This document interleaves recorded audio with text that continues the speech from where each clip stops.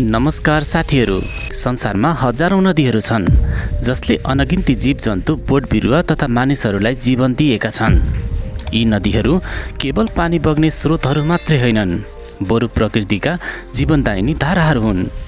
किनकि नदीले पृथ्वीलाई हरियाली बनाउँछ, खेतबारीमा उर्वरता ल्याउँछ र मानव सभ्यताको विकासमा महत्त्वपूर्ण भूमिका खेल्छ।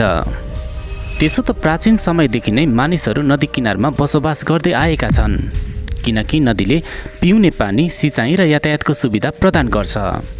त्यस्तै नदीमा पाइने जलचर जीवहरूले जैविक विविधता कायम गर्न मद्दत गर्छ। आजको भिडियोमा हामी संसारका 10 लामा नदीहरूको बारेमा समेटिएर तयार पारिएको विशेष भिडियो सामग्री प्रस्तुत गर्दैछौँ। त्यसैले यस भिडियोलाई लाइक गरी सेयर पनि गरिदिनुहोला। तपाईँको एक लाइक र एक सेयरले हामीलाई थप हौसला प्रदान गर्नेछ। साथीहो, तपाईँहरूलाई आजको हाम्रो प्रश्न, के तपाईँलाई थाहा छ नेपालको सबैभन्दा लामो नदी कुन हो? कृपया सही उत्तर हामीलाई कमेन्टमा लेख्नुहोला। आउनुहोस् सुरु गरौँ। संसारका 10 लामा नदीहरू। नम्बर 1, नाइल नदी। नाइल नदी विश्वको सबभन्दा लामो नदी हो। यस नदीको लम्बाइ करिब 6650 किलोमिटर रहेको छ। यो नदी अफ्रिकाको उत्तरपूर्वी भागबाट सुरु भएर अन्ततः बग्दै भूमध्य सागरमा गएर मिसिन्छ। त्यस्तै गरेर नाइल नदी अफ्रिकाका 11वटा देशहरूसम्म फैलिएको छ, जसमा युगान्डा, दक्षिण सुडान र इजिप्ट प्रमुख रहेका छन्। यी देशहरूको सामाजिक, आर्थिक र सांस्कृतिक जीवनमा नाइल नदीको अत्यन्तै महत्त्वपूर्ण भूमिका रहेको छ। त्यस्तै गरेर नाइल नदी 2 मुख्य सहायक नदीहरू मिलेर बनेको छ, जसमा श्वेत नाइल र नीलो नाइल रहेका छन्। जसमा श्वेत नाइलको उद्गम स्थल चाहिँ लेक भिक्टोरिया हो, जुन पूर्वी अफ्रिकामा अवस्थित एक विशाल ताल हो। त्यस्तै गरेर नीलो नाइल चाहिँ इथियोपियाको ताना तालबाट सुरु भएर बग्दछ। जब यी 2 नदीहरू खार्तुममा मिसिन्छन्, त्यसपछि यो एउटै नदीको नामले अगाडि बढ्दछ, जसलाई हामी नाइल नदीको नामले चिन्दछौँ। यति मात्रै होइन, प्राचीन इजिप्टियन सभ्यता नाइल नदीकै किनारमा विकसित भएर फस्टाएको थियो, किनकि यस नदीले प्रत्येक वर्ष उर्वर तथा उब्जाउ माटो बगाएर ल्याउँथ्यो, जसले गर्दा यो क्षेत्रमा खेतीपाती गर्दा धेरै उब्जाउ हुन्थ्यो। त्यसैले इजिप्टलाई नाइल नदीको वरदान भनेर समेत चिनिन्छ, किनकि नाइल नदी जसले मरुभूमि क्षेत्रलाई जीवन्त र सम्पन्न बनायो। त्यसैले नाइल नदीलाई अफ्रिकाको जीवनरेखा समेत भन्ने गरिन्छ। नम्बर 2, अमेजन नदी। अमेजन नदी संसारकै सबभन्दा ठुलो नदी हो। त्यस्तै गरी लम्बाइका आधारमा यो नदी नाइल नदीपछि विश्वको दोस्रो लामो नदी पनि हो। यो नदी दक्षिण अमेरिका महादेशमा अवस्थित छ। त्यस्तै गरी यस नदीको मुहान चाहिँ पेरुको एन्डिज पर्वतमा रहेको छ। त्यसैले पेरुबाट सुरु भएर यो नदी विभिन्न देशहरू पार गर्दै ब्राजिलमा प्रवेश गर्दछ र अन्ततः एटलान्टिक महासागरमा गएर मिसिन्छ। अमेजन नदीको कुल लम्बाइ करिब 6400 किलोमिटर रहेको छ। त्यस्तै गरी वर्षायाममा यस नदीको चौडाइ कतिपय स्थानमा 30 देखि 40 किलोमिटरसम्म फैलन्छ। यसको बेसिन क्षेत्र पनि करिब 70 लाख वर्ग किलोमिटर क्षेत्रफलमा फैलिएको छ, जुन संसारकै सबभन्दा ठुलो नदीको बेसिन हो। अमेजन नदी अमेजन वर्षावनको जीवनरेखा हो, किनभने विश्वकै सबभन्दा ठुलो अमेजन जङ्गल यही नदीको वरिपरि फैलिएको छ। यहाँ हजारौं प्रजातिका जीव जनावर, चराचुरुङ्गी, किरा माकुरा र वनस्पतिहरू पाइन्छन्। नम्बर 3, यान्से नदी। यान्से नदी चीनको सबभन्दा लामो तथा एसियाको पनि सबैभन्दा लामो नदी हो। यस नदीको लम्बाइ करिब 6300 किलोमिटर रहेको छ।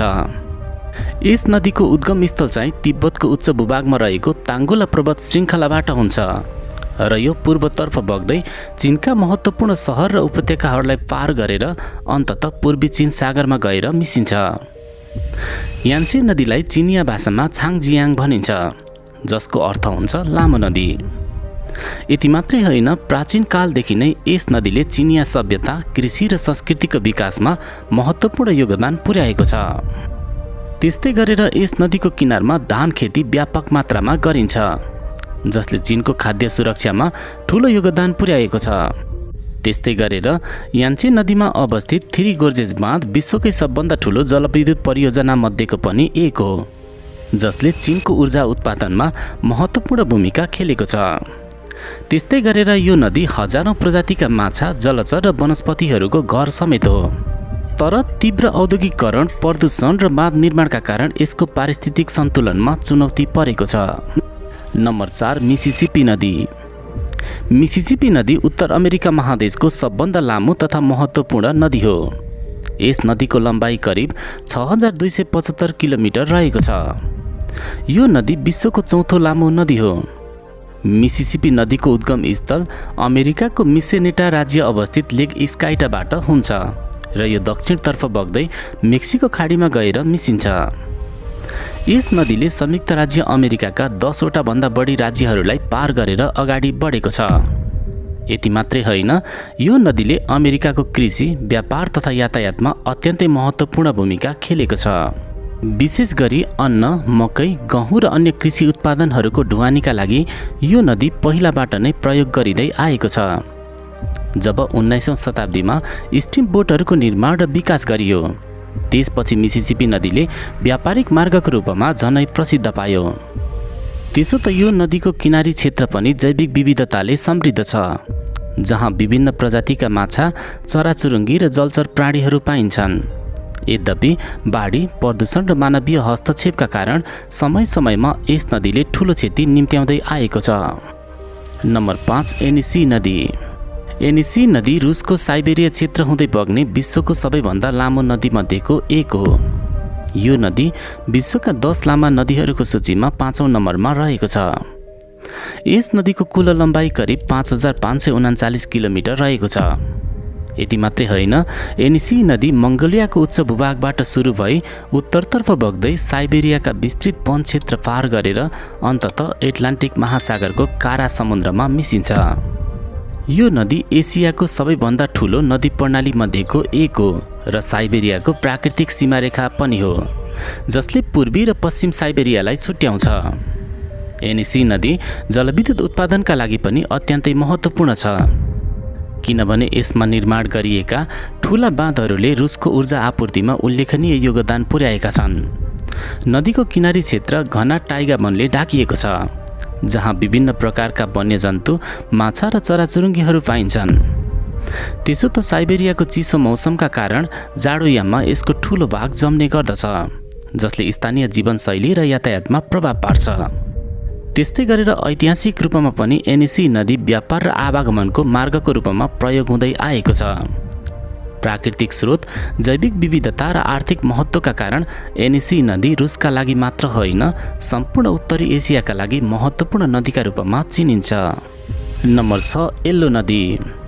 येल्लो नदी, जसलाई चिनिया भाषामा ह्वाङ्हो नदी भनेर समेत चिन्ने गरिन्छ, यो नदी चीनको दोस्रो सबैभन्दा लामो तथा संसारको 6औं सबैभन्दा लामो नदी पनि हो। यस नदीको लम्बाइ करिब 5464 किलोमिटर रहेको छ। यो नदी तिब्बती पठारको बाइनहर पर्वतबाट सुरु भई उत्तर तथा पूर्वी चीनका विस्तृत मैदानहरू पार गर्दै बोहाई सागरमा गएर मिसिन्छ। त्यसो त येल्लो नदीलाई चिनिया सभ्यताको जन्मदाता पनि मानिन्छ, किनभने प्राचीन कालमा यसै नदीको किनारमा चिनिया सभ्यताको उत्पत्ति र विकास भएको थियो, जहाँ खेतीपाती गरिन्थ्यो, बस्तीहरू थिए र राज्यको समेत विकास भएको थियो। यस नदीले ल्याउने पहेँलो माटोका कारण यसको पानी पहेँलो रङ्गको देखिने भएकोले यसलाई येल्लो रिभर भनिएको हो। त्यस्तै गरेर यस नदीले बगाएर ल्याउने उर्वर माटोले खेतीलाई अत्यन्तै उत्पादनशील बनायो र हजारौं वर्षदेखि चीनको खाद्य सुरक्षामा यसले योगदान पुर्याएको छ। तर अत्याधिक सेडिमेन्टका कारण यस नदीको सतह माथि उठ्छ, जसको कारणले बारम्बार बाढी आउने समस्या देखिँदै आएको छ। यति मात्रै होइन, प्रत्येक वर्ष यस नदीले चाइनामा ठूलो क्षति गर्ने भएकोले यसलाई चीनको दुःख भनेर पनि चिनिन्छ। इतिहासलाई नै हेर्ने हो भने पनि यस नदीमा विनाशकारी बाढीले लाखौं मानिसहरूलाई प्रभावित बनाएका उदाहरणहरू पाइन्छन्। त्यसो त आधुनिक समयमा बाँध, तटबन्ध र जल व्यवस्थापन परियोजना मार्फत यसको प्रवाह नियन्त्रण गर्ने प्रयास भएको छ। त्यसैले येल्लो नदी आज पनि चीनको कृषि, उद्योग र मानव जीवनका लागि अत्यन्तै महत्त्वपूर्ण छ। त्यस्तै गरी यसले चीनको संस्कृति तथा ऐतिहासिक पहिचानलाई गहिरो रूपमा प्रतिनिधित्व गर्दछ। नम्बर 7, ओब नदी। ओब नदी रुसको साइबेरिया क्षेत्रमा बग्ने विश्वका प्रमुख नदीहरूमध्येको एक हो। यो नदी संसारका 10 लामा नदीहरूको सूचीमा 7औं नम्बरमा रहेको छ। यस नदीको लम्बाइ करिब 5410 किलोमिटर रहेको छ, जसले यसलाई संसारको सबभन्दा लामो नदी प्रणाली मध्येको एक बनाएको छ। यति मात्रै होइन, ओब नदीको उद्गम स्थल चाहिँ रुसको अल्ताई पर्वत क्षेत्रबाट हुन्छ र यो उत्तरतर्फ बग्दै विशाल साइबेरियाको मैदान पार गरेर अन्ततः आर्कटिक महासागरको कारा समुद्रमा मिसिन्छ। त्यस्तै गरेर ओब नदीको बेसिन क्षेत्र पनि अत्यन्तै विशाल छ, जहाँ घना टाइगा वन, दलदल क्षेत्र र हिमाच्छादित भूभाग रहेको छ। यो नदीले साइबेरियाको आर्थिक विकासमा महत्त्वपूर्ण भूमिका खेलेको छ। त्यसमा पनि विशेष गरी जलविद्युत उत्पादन, माछा मार्ने व्यवसाय र आन्तरिक जल यातायातका लागि यसको ठूलो महत्त्व रहेको छ। त्यसो त जाडोयाममा अत्याधिक चिसोका कारण नदीको ठूलो भाग जम्ने गर्दछ, जसले स्थानीय जीवनशैलीलाई प्रभावित पार्छ। ऐतिहासिक रूपमा पनि ओब नदी व्यापार र अन्वेषणको मार्गको रूपमा प्रयोग हुँदै आएको थियो। त्यस्तै गरेर यस क्षेत्रको प्राकृतिक स्रोत, जैविक विविधता र ऊर्जा सम्भाव्यताका कारण ओब नदी रुसको महत्त्वपूर्ण प्राकृतिक सम्पदा मध्येको एक हो। नम्बर 8, पाराना नदी। पाराना नदी दक्षिण अमेरिका महादेशको प्रमुख नदी मध्येको एक हो। यो नदी संसारका 10 लामा नदीहरूको सूचीमा 8औं नम्बरमा रहेको छ। यस नदीको कुल लम्बाइ करिब 4880 किलोमिटर रहेको छ।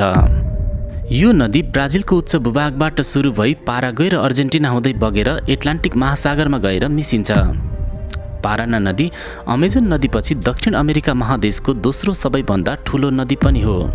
यति मात्रै होइन, कृषि, माछा मार्ने व्यवसाय र जल यातायातका लागि यो नदी अत्यन्तै महत्त्वपूर्ण मानिन्छ। त्यस्तै गरी ब्राजिल र पाराग्वेको सिमानामा अवस्थित इताइपू बाँध विश्वकै सबभन्दा ठूलो जलविद्युत परियोजना मध्येको पनि एक हो, जुन यसै नदीमा बनाइएको छ, जसले ब्राजिल र पाराग्वे दुवै देशको ऊर्जा उत्पादनमा ठूलो योगदान पुर्याएको छ।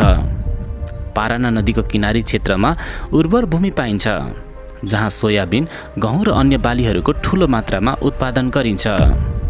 यति मात्रै होइन, जैविक विविधताका हिसाबले पनि यो क्षेत्र निकै समृद्ध छ। यहाँ विभिन्न प्रकारका माछा, चराचुरुङ्गी र जलचर प्राणीहरू पाइन्छन्। त्यस्तै गरेर ऐतिहासिक रूपमा हेर्दा पनि पाराना नदी व्यापार र जलमार्गका रूपमा प्रयोग हुँदै आएको थियो। आज पनि यो नदी दक्षिण अमेरिकाको आर्थिक, सामाजिक र पर्यावरणीय दृष्टिकोणले अत्यन्तै महत्त्वपूर्ण प्राकृतिक स्रोतका रूपमा परिचित रहेको छ। नम्बर 9, कङ्गो नदी। कङ्गो नदी अफ्रिकाको दोस्रो सबैभन्दा लामो र विश्वको सबभन्दा गहिरो नदीका रूपमा परिचित छ। यो नदी संसारका 10 लामा नदीहरूको सूचीमा 9औं नम्बरमा रहेको छ। त्यस्तै गरेर यस नदीको लम्बाइ करिब 4700 किलोमिटर रहेको छ। यो नदी मध्य अफ्रिकाको घना वर्षा वन क्षेत्र हुँदै अगाडि बढ्दछ। त्यसो त कङ्गो नदीको उद्गम स्थल चाहिँ डेमोक्रेटिक रिपब्लिक अफ कङ्गोको उच्च भूभागमा रहेको बताइन्छ। यो नदी अफ्रिका महादेशका विभिन्न देशहरूलाई पार गरेर अन्ततः एटलान्टिक महासागरमा गएर मिसिन्छ। त्यस्तै गरेर यो नदी अफ्रिकाको सबैभन्दा ठूलो वर्षावन कङ्गो वर्षावनको मुटु हो। कङ्गो वर्षावन अमेजन वर्षावनपछि विश्वको दोस्रो सबैभन्दा ठूलो वर्षावन पनि हो। कङ्गो नदी जलप्रवाहको दृष्टिले अफ्रिकाको सबैभन्दा ठूलो नदी हो। यो नदी अमेजन नदीपछि विश्वको दोस्रो ठूलो नदी पनि हो। त्यसैले यसको विशाल जलप्रवाह र तीव्र बहावका कारण यहाँ जलविद्युत उत्पादनको अत्याधिक सम्भावना रहेको छ। यस नदीमा इगाना बाँध परियोजना सञ्चालन गरिएको छ, जसले यस क्षेत्रको ऊर्जा विकासमा महत्त्वपूर्ण योगदान पुर्याएको छ। त्यस्तै गरेर यस नदीमा विभिन्न प्रकारका माछा, मगरमच्छ र जलचर प्राणीहरू पाइन्छन्। साथै यस नदीको वरिपरि दुर्लभ वन्यजन्तुहरूको वासस्थान छ। ऐतिहासिक रूपमा हेर्दा पनि कङ्गो नदी व्यापार र यातायातको प्रमुख मार्गको रूपमा रहेको थियो। आज कङ्गो नदी अफ्रिकाको आर्थिक, पर्यावरणीय र सांस्कृतिक दृष्टिकोणले अत्यन्तै महत्त्वपूर्ण प्राकृतिक सम्पदाका रूपमा चिनिन्छ। नम्बर 10, अमुर नदी। अमुर नदी पूर्वी एसियाको महत्त्वपूर्ण नदीमध्येको एक हो। संसारका 10 लामा नदीहरूको सूचीमा 10औं नम्बरमा रहेको यस नदीको लम्बाइ चाहिँ करिब 4444 किलोमिटर रहेको छ। यो नदी रुस र चीनको सिमाना क्षेत्र हुँदै अगाडि बढ्दछ र अन्ततः ओखोत्सो समुद्रमा गएर मिसिन्छ। त्यसो त जब सिल्का र आर्गुन नदी एक आपसमा मिसिन्छन्, त्यसपछि अमुर नदी बन्दछ। त्यस्तै गरी भौगोलिक रूपमा हेर्दा पनि यस नदीले विशाल वन क्षेत्र, पहाडी भूभाग र मैदानलाई पार गर्छ। जसले यस क्षेत्रको पारिस्थितिक विविधतालाई समृद्ध बनाएको छ। त्यस्तै गरी अमुर नदी जैविक विविधताका लागि समेत प्रसिद्ध छ। यहाँ दुर्लभ प्रजातिका माछाहरू, जलचर र चराचुरुङ्गीहरू पाइन्छन्।